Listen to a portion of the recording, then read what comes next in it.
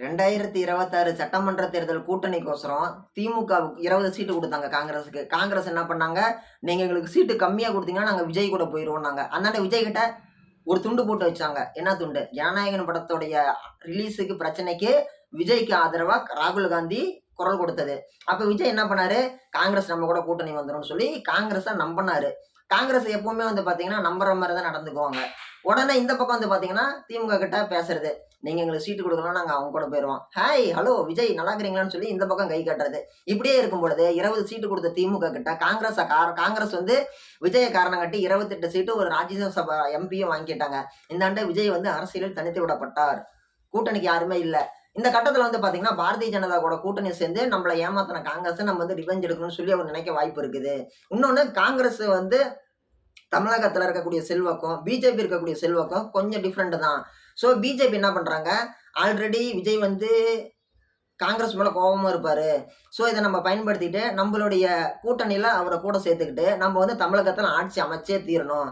தமிழகத்துல ஒரு எதிர்க்கட்சி இல்லைனாலும் சரி, ஒரு 10-20 எம்எல்ஏ வச்சு நம்ம ஆட்சிக்கு வந்தே ஆகணும் அப்படின்னு சொல்லிட்டு ரொம்ப முனைப்பா இருக்கிறதாகவும், ஸோ இவங்க விஜயை கூட்டணிக்கு சேர்த்துக்கிட்டு விஜயை வந்து ரெட்டலை கூட இணைச்சு பாஜக கூட்டணியில் ஒன்று சேர்த்துறதுக்கு வாய்ப்பு இருக்குதுன்னு சொல்லி செய்தி ஊடகங்கள் வெளியிட்டு இருக்கிறாங்க அறிக்கைகளா.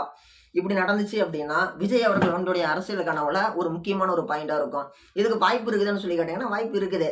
ஏன்னா ஜனநாயகனுடைய பிரச்சனைக்கு முன்னாடி வரைக்கும், இப்படி கூட சொல்லலாம், நியூ இயருக்கு முன்னாடி வரைக்கும் விஜய் அவர்கள் வந்து பாத்தீங்கன்னா என்ன சொல்லிட்டு இருந்தாரு, நம்மளுடைய முழுக்க பாசிச பாஜகன்னு சொல்லிட்டு பாஜக கட்சி விமர்சனம் பண்ணிட்டு இருந்தாரு. புத்தாண்டுக்கு அப்புறமேட்டு பாசிச பாஜகன்னு சொல்லக்கூடிய அந்த வார்த்தையவே அவர் பயன்படுத்தவே கிடையாது. அந்த வார்த்தையை அவர் உச்சரிக்கவே கிடையாது. பாசிசம்ன்ற வார்த்தையே அவர் வாயிலிருந்து வரல. மாறா தீய சத்தின்னு தான் வந்து இருந்துச்சு. திமுகவை தான் கடுமையாக விமர்சனம் பண்ணிட்டு இருந்தாரு.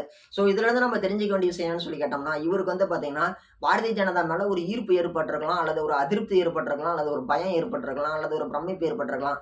அதன் காரணமா தான் இவர் வந்து பாத்தீங்கன்னா அந்த கட்சியை விமர்சனமே பண்ண மாட்டேங்கிறாரு. ஸோ இவர் கூட்டணி சேர்றதுக்கு வாய்ப்பு இருக்குதான்னு சொல்லி கேட்டீங்கன்னா வாய்ப்பு இருக்குது. ஒரு காலகட்டத்தில் இவரு விஜய் என்ன சொன்னாலும் ரசிகர்கள் கேட்பாங்க. அவங்க தொண்டர்களா இருந்தாலும் சரி, ரசிகர்களா இருந்தாலும் சரி, தொண்டனோ ரசிகனோ விஜய் சொன்னா கேட்பாங்க. விஜய் வந்து நாளைக்கே வந்து நான் ஸ்டாலின் கூட கூட்டணி சேர்ந்து எடப்பாடியை முடிக்க போறேன், எடப்பாடியோட ஆட்சியை முடிவு கொண்டுட்டு வரேன்னு சொன்னா அதுக்கும் சரின்னு சொல்லி கை தட்டுவாங்க. இன்னைக்கு வந்து நான் பிஜேபி கூட கூட்டணி சேர்ந்துக்கிட்டு திமுக ஒழிக்க போறேன்னு சொன்னா அதுக்கும் கை தட்டுவாங்க. இதுவே வந்து நான் வந்து எப்படி சொல்லலாம், திமுக கூடயும் அதிமுக கூடயும் கூட்டணி சேர்ந்து காங்கிரஸை ஒழிக்க போறேன், நீங்க துணையா நிப்பீங்கன்னு நம்புறேன்ல அப்படின்னு சொன்னா அதுக்கும் கை தட்டுவாங்க, அதையும் ஏத்துக்குவாங்க. ஒரு தலைவன் என்ன சொல்றனோ அதை ஏத்துக்கிறது தான் தொண்டனுடைய வேலை. இந்த மத்த கட்சியில எப்படி இருந்தாலும் சரி, மத்த கட்சியில கட்டாயத்தின் பேர்ல ஒத்துக்குவாங்க. தாவேக்காவை பொறுத்த வரைக்கும் விஜய் மேல இருக்கக்கூடிய ஒரு நம்பிக்கையில, ஒரு பாசத்துல, ஒரு தலைவனா, ஒரு நடிகனா அவர் சொல்றதை ஏத்துக்குவாங்க. அப்படி பார்க்கும் பொழுது இது சாத்தியமானு சொல்லி கேட்டீங்கன்னா சாத்தியம்தான்.